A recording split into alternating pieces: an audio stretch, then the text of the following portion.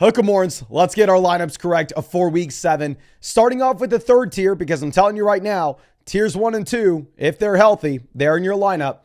We're going to start with Cooper Kupp. Now with Kupp, you could very easily throw him in the second tier as well. It just will be our first time seeing him play since week 1. So I want to make sure that we put a little bit of hesitation out here because I don't know if he will be at 100%.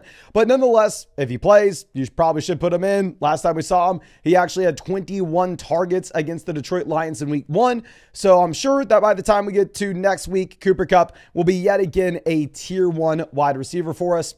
Our next guy will be Jahmyr Gibbs. Now with Jahmyr Gibbs, we actually have a really tough matchup here going up against the Minnesota Vikings.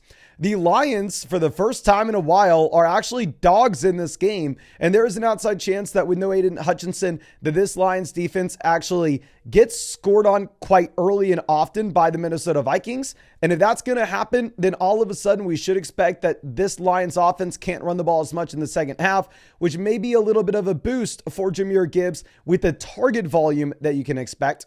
Now, our next guy will be James Cook. James Cook did get in the full practice on Thursday, so it sounds like he'll be good to go. Last week we had from him, he had 20 carries, and at the same time, you're going up against the Tennessee Titans with a spread of about 8.5 points in this game. The expectation should be that this Bills offense is able to run the ball consistently. Josh Jacobs will be our next back here. I mean, with Jacobs, 21 opportunities this past week. The week before, 20 opportunities. The week before that, 15, then 15, 32, 19. Jacobs is averaging about 20 opportunities in a game, and this should be expected to be one of the best offenses in the NFL. So I'm really excited about it. Obviously, it's not a great matchup going up against the Houston Texans, but I still think that Jacobs is a must-start player each and every week. David Montgomery has been significantly better than Josh Jacobs so far this season. David Montgomery has been more so a tier 1 or tier 2 player in these flex rankings, but this matchup in particular, you should be going up against the Minnesota Vikings, who have had the best defense so far this season in the NFL. If you're actually looking at updated projections here for this Detroit Lions offense, typically you are seeing them with an implied team total of higher, lower, about 27 points. This week, it's going to be about 23.5. So this should be a much worse Detroit Lions than we're used to seeing. If you actually go over to the Underdog Pick'ems, right now they have David Montgomery higher, lower, 61.5 total yards, which obviously he has had the higher here every single week so far this season. So if you want to say, Mason, Underdog has no idea what they're doing, I'm going to go with the higher on 61.5. You're more than welcome to, where we went on the higher 70.5 last week. And you can find that link in the description and comment section. Promo code FLOCK will get you hooked up with a 50% deposit bonus up to $1,000. Plus, you'll be getting a free team review in the live stream that we are doing every single night, and a free pick with Aaron Rodgers, higher, lower, a single total passing yard for this Sunday's game. Now, going over to our next option, we will be looking at Stefon Diggs.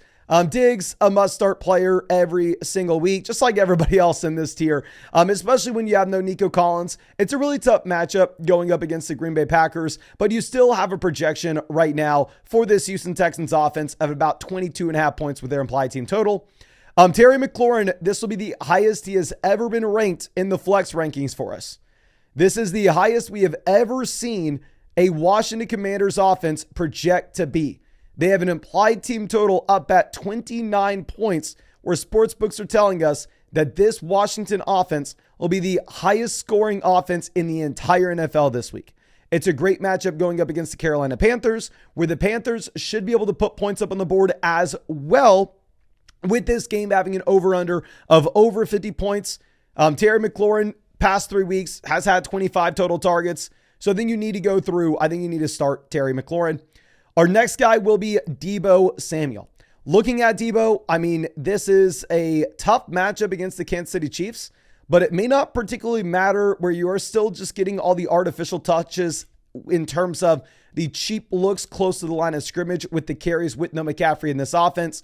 You have Jordan Mason banked up a bit as well. So you have a baseline floor of Deebo Samuel where you are expecting him to see 4 to 5 touches in a game. You add in his big playability. The ceiling is there where you have to start him every week despite the matchup. Now, our next guy with Mike Evans actually did injure himself in Thursday's practice. Sounds like it's not going to be a big deal. Sounds like Evans should be good to go. Obviously, it'll be something that we need to monitor, however, especially with him having the later game this week, where we do need to be looking at what we have both on Friday and Saturday. Now, our next player will be Deontay Johnson. With Deontay Johnson, over the past month, you've actually had over 40 targets. Obviously, since Andy Dalton has come in and since he has been the starting quarterback here in Carolina, Deontay Johnson has just looked like an absolute alpha. And yes, I am terrified to go up against Deontay this week. DK Metcalf as our next option. Going up against the Atlanta Falcons, this should be the highest scoring game of the week if it's not the Panthers Commanders, where right now you have an over-under of over 51 points here, according to Sportsbooks. Should be a monstrous spot where DK Metcalf has also had a ton of target volume so far this season. A lot of this has to do with the fact that Seattle will very easily just abandon the run if they fall behind. And right now with the Atlanta Falcons actually as 3-point favorites here, I wouldn't be surprised whatsoever if we actually see Seattle go and ask Geno Smith to drop back 40 or 50 times. Jaden Reed will be our next option. Obviously, with Jaden Reed, it sounds like the ankle is going to be just fine. Will be something to continue to monitor. We talked about this previously, but Jaden Reed's had one game all year with over 6 targets. He's not the target hog that's going to see 25 to 30% of his respective offense. Instead, he's just a super efficient player that's in one of the best offenses in the league. Obviously, is somebody that you need to start every single week. But if you could pivot off him in another piece to get to a true tier 1 or tier 2 receiver, I think I would look to do so. And the matchup against Houston, toughish matchup in general. J.K. Dobbins is a great matchup, however, going up against the Arizona Cardinals. And if you are looking at this implied team total here for the Los Angeles Chargers in this offense, right now you have an implied team total about 23.5 points, which is the highest mark that we have seen from any Chargers week all season now. Dobbins is someone that you need to go ahead and start. You had the touchdown this past week. More importantly, you had a season high with his snap rate, a career high with touches, with a total of 27 opportunities. And the matchup is much better against the Cardinals than it was against the Broncos. Tony Pollard will be our next back. Tony Pollard looks like he just gives you such a high floor here. The only hesitation that I have with this is sportsbooks are currently putting the Tennessee Titans is the worst offense in the NFL this week against the Buffalo Bills. Now, the thing with this is you have no Tajay Spears. So with no Spears, we should expect that Pollard just picks up a ton of usage as a receiver. Now, Devonta Smith will be our next option. With Smith, I have him going the flock league. Big week for me. Really need him to come through. And honestly, I'm feeling pretty confident with it as well. You have no Dallas Goedert. If you look at the historical splits, actually Dallas Goedert being out of this offense does bode well for Devonta Smith's total target share.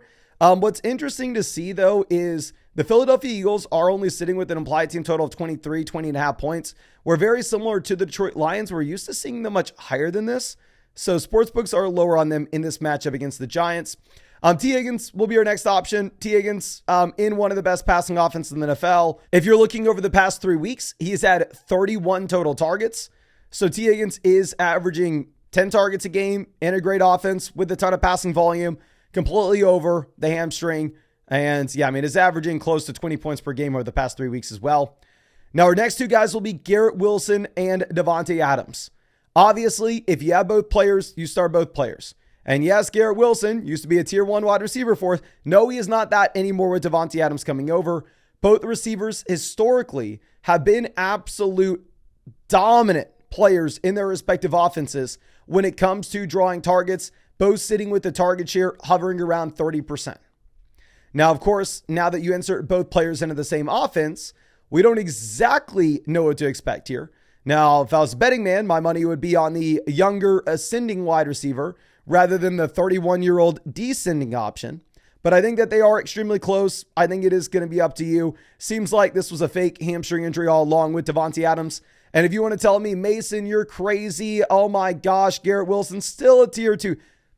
His higher lower is only 55.5 receiving yards on Underdog this week. So I don't know if we can say he's much more than a wide receiver 2 now that Adams is in this offense. Now, we have James Conner going to the flock league. I am a little bit nervous here. Obviously, we had the complete collapse of this Cardinals offense last week against the Green Bay Packers. Here against the Chargers, it's not a great matchup either. Right now, the Cardinals are dogs in this game. And at the same time, they only have an implied team total about 20.5 points. We have seen that James Conner isn't going to be a consistent receiver out of the backfield. You had some usage from DeMarcado as well as Trey Benson. So I don't know. I'm not super excited about this. Zay Flowers will be our next name. If you're looking at Flowers, if it is a game environment where the Baltimore Ravens have to throw the ball, Zay Flowers will be an absolute crusher. If the Ravens have to throw, we have seen in games that are close, Flowers have 10 targets, 11 targets, 12 targets, 9 targets. Now, the 2 games where the Baltimore Ravens dominated from start to finish, Zay Flowers had 4 targets and 2 targets. So we know the Ravens want to run the ball. In a matchup against the Bucs, they may actually be forced to keep up with how good this Bucs offense has looked so far. Now, our next option is going to be Tyreek Hill. With Tyreek, you had 10 targets last week, and obviously Tyreek Hill with 10 targets sounds dangerous, but at the end of the day, you're in a very bad offense. Now, I will say what's interesting here is if you look at the implied team total, right now sportsbooks are putting out a line higher for the Miami Dolphins than what you actually have with the New York Jets this week. You have an implied team total of 20.5 points. And if you go over to Underdog Fantasy, you actually see the receiving yardage mark for Tyreek Hill is higher, lower, 55.5 receiving yards, which is the same mark that you have with Garrett Wilson. So while the Miami Dolphins offense has been one of the worst offenses in the entire league, sportsbooks this week are saying it's going to be bad, but not the worst in the league. And y'all know I'm the first person to say that sportsbooks know more than I do. Sportsbooks know more than you do, and we should probably listen to their data. Now, going over to our next option, we'll be looking at Brian Thomas. Brian Thomas was lower in these rankings last week, but that was because it's a really tough matchup against the Bears. It was a London game. They just traveled to London. Well, now they've been there for a while. You have an implied team total of 24 points. So we actually have sportsbooks telling us that the Jacksonville Jaguars are going to be in a big bounce back spot here. Obviously, going up against the New England Patriots, the concern that you have is maybe this Jags team is actually able to run the ball in the second half, but I don't know. I still think Brian Thomas, a phenomenal receiver. You were very close for him having another blow-up game last week. Chase Brown looks like he is the starting running back in Cincinnati. Chase Brown has also gone out and he has had about 43 total points over the past 3 weeks. I mean, no, he's had actually more than that. I can't do math. He's averaging over 15 points a game over the past 3 weeks. You see the season high was 62% of the snaps this past week against the Giants. It appears that Zach Moss has gotten benched. If you would tell me, Mason, I know with 100% certainty that Chase Brown is the full-blown starting running back, expect 20 opportunities in a Cincinnati Bengals offense, I would actually move Chase Brown up to probably the same tier as Jahmyr Gibbs. But I don't know if that'll be the case. Still a chance that it will be a committee. Now, of course, my money's on Chase Brown over Zach Moss at this point. And this is a game against the Cleveland Browns where you should be able to run the ball over and over and over again, expecting that Cleveland's probably going to have a hard time moving the ball downfield. Tank Dell will be our next name. With Tank Dell, you get a season high with 9 targets, a season high 7 receptions, a season high 74% of the snaps in this Houston Texans offense with no Nico Collins. So it looks like Dell is somebody that we can start. Don't love the matchup against the Green Bay Packers. Devon Achane will be our next player here. With Achane, we've had the 3 worst weeks of his entire NFL career, essentially, over the past 3, where you've seen just the efficiency fall off the face of the planet. However, like we said previously, sportsbooks are giving a little bit of credit for the Miami Dolphins offense in a much better matchup against the Indianapolis Colts. Achane's been at practice all week. He had the bye week to recover in week 6. You have the receiving usage. So if you're playing in a full PPR format, I'd probably go ahead and start him. And dear God, it's a long ways away. Y'all remember against the Seattle Seahawks when I didn't rank him as a tier 1 running back and people threatened to come burn my house down because of it. Brandon Ayuk as our next name. I mean, dear God, I don't know if we can keep doing this. Ayuk has 120 million reasons on why you would expect that he is heavily involved in this Niners offense. You're going up against the Chiefs where the Niners probably have to throw the ball. What is hilarious is if you are looking at underdog picks right now with Brandon Ayuk, they are putting Ayuk higher, lower, 62.5 receiving yards. Ayuk is higher, lower, 62.5 receiving yards. David Montgomery is higher, lower, 41.5 total yards. So if you're looking for something to take on Underdog, I found your little pairing. Go higher on the Montgomery, 61.5 yards. Go lower on the Ayuk, 62.5 total yards. And like I said, you can find that link to Underdog Fantasy in the description as well as the comment section. Use code FLOCK so you can pair it up with the free Aaron Rodgers pick. But I mean, in realistic terms, this is still a receiver that is out there averaging 7-ish targets a game in what should be a very efficient, very good offense. But he's been horrendous, and this is a tough matchup. Now, Amari Cooper will be our next name. Obviously, we need to make sure that Amari is going to be playing this weekend. I think Amari will probably be higher in our rest of season rankings than this. The issue is you're going up against the Tennessee Titans, so ultimately you may not have to throw the ball against Tennessee. You may be able to just run it over and over and over again. And at the same time, we don't know exactly how many snaps Amari is going to be playing the first week. So if you wanted to be a little bit more hesitant on him, I think you can be. Kareem Hunt will be our next name. With Hunt, sounds like Clyde Edwards-Helaire is trending towards playing. Obviously, you can tell by these rankings. I believe that Kareem Hunt is the starting guy. I don't think it's that close. But what I am maybe a little concerned with, however, is not that Clyde Edwards-Helaire comes in and turns into the starting running back. What I am possibly a little bit concerned with is what happens if Clyde Edwards-Helaire comes in and he just sees 30% of the opportunities or 25% of the opportunities. And then you get 15% going over to Samaje Perine, and we don't get the guaranteed 20 plus touches for Kareem Hunt. I don't think Kareem Hunt's going to be a super efficient running back at this point of his NFL career. So it will be nice to see what the backfield split is here in KC. Obviously, if we see Hunt out of the bye, have another 20 plus opportunity game, Kareem Hunt will be much higher in these rankings next week. Now, dropping down to our next tier, Darnell Mooney was a sell-high candidate for us last week, coming off the 31-point performance, but nothing really changes with Mooney. This is still a wide receiver after a disappointing week where we can say, okay, he's going to have about 25% of the volume here in Atlanta. The games where Kirk Cousins goes nuclear, Darnell Mooney's going to be great. The games where Cousins face plants, it's not going to be as good. But specifically looking at what you have right now, you're looking at an implied team total from sportsbooks that are giving the mark of the second highest scoring offense in the NFL for the Atlanta Falcons this week. So if this is supposed to be a phenomenal offense, this is supposed to be a super high scoring game environment, I think this is one where you can start Darnell Mooney and he has that flex appeal. Now, George Pickens will be our next name. If you are looking at Pickens, he's been garbage. We had 3 weeks under 10 fantasy points. Back-to-back weeks here where he hasn't even played 70% of the snaps. But honestly, with Russell Wilson starting, I think this may hurt the Steelers. Like, I don't see why they aren't starting Justin Fields, but I think it may actually help the passing volume in this offense because Russ won't run the ball nearly as much as Fields did. And I think it may actually bump up the skill positional guys such as Pickens and Najee. Now, our next guy will be Mr. Jordan Addison.